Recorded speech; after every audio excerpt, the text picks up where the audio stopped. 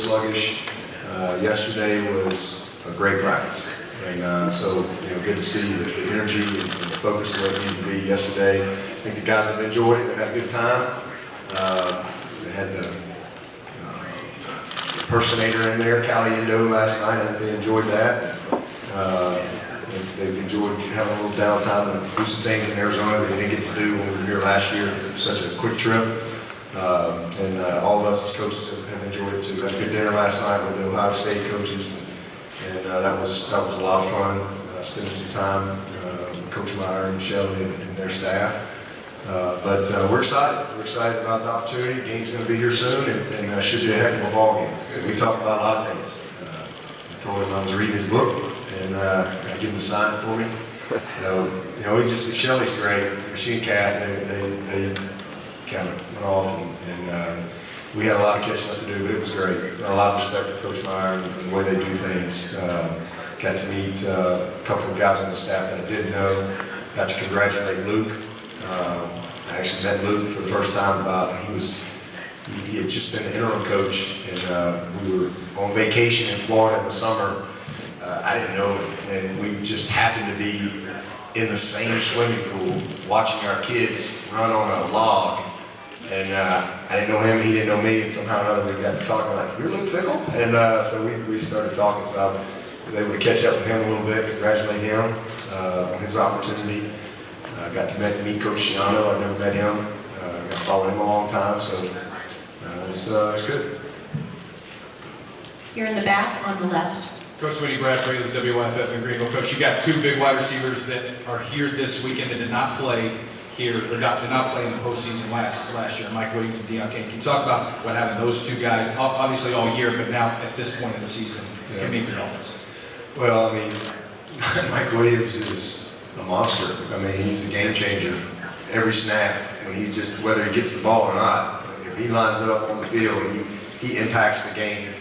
Because I promise you, the D coordinator is hoping that it doesn't go number 7's way. He's just that type of guy. He is an unbelievable football player, and he's a better player this year than he would have been last year, and he would have been amazing. But I just think his mindset, his mentality, his appreciation for his opportunity, the fact that he was able to sit and learn last year, and I think that fire was burning hard and intense for him coming into the season.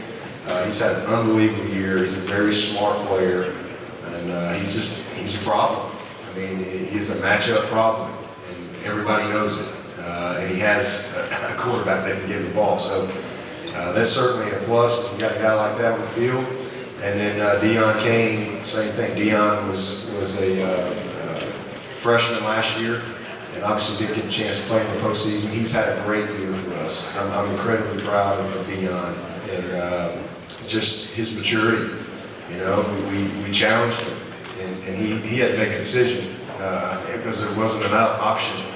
And I'm really proud of him because he could have left Clemson. He didn't have to stay, but if he was going to stay, he was going to have to change some things. And he chose to stay and buy in, and here we are a year later. I can't tell you how proud I am. And it's so much fun to see a young person grow, and all of a sudden now they feel good about how they live their life and their habits and so forth. And it's carried over academically, you name it. He's had an incredibly consistent year for us. It's been great for him to have Mike there. It's been great for Mike to have a guy like Deion there. For us to be able to roll those two guys in and out, it's been a tremendous amount of production. You just look at the production at that position and the amount of touchdowns, they've been a heck of a combination. So it's been great, and hopefully it'll bode well for us in this playoff. Second row right. Hey Coach, Kurt Kretschmar, Fox Sports Radio. Are you for or against expanding the playoff field to 8 teams, and why?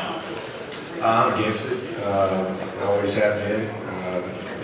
To be honest with you, that's not the right answer for a lot of people, but I thought the BCS got it right, to be honest with you. But I think right now, I think we have the best of both worlds. I think that, you got 4 teams. For years and years and years, they just picked it. And then they had the BCS, which I thought we got it right. Now you got 4 teams. My big thing is I love college football. I love the fact that, everybody thinks this is a big game, but I'm telling you, Troy was a big game. South Carolina State was a big game. Wake Forest was a big game. NC State was a big game. Georgia Tech was a big game. Because if we don't take care of business, we're not sitting here. And to me, all of a sudden we go to this, we have what a lot of people want out there, and that's called the NFL. And, now, to play a 15-game season in college football is incredibly difficult when you're managing the school, the academics, and so forth.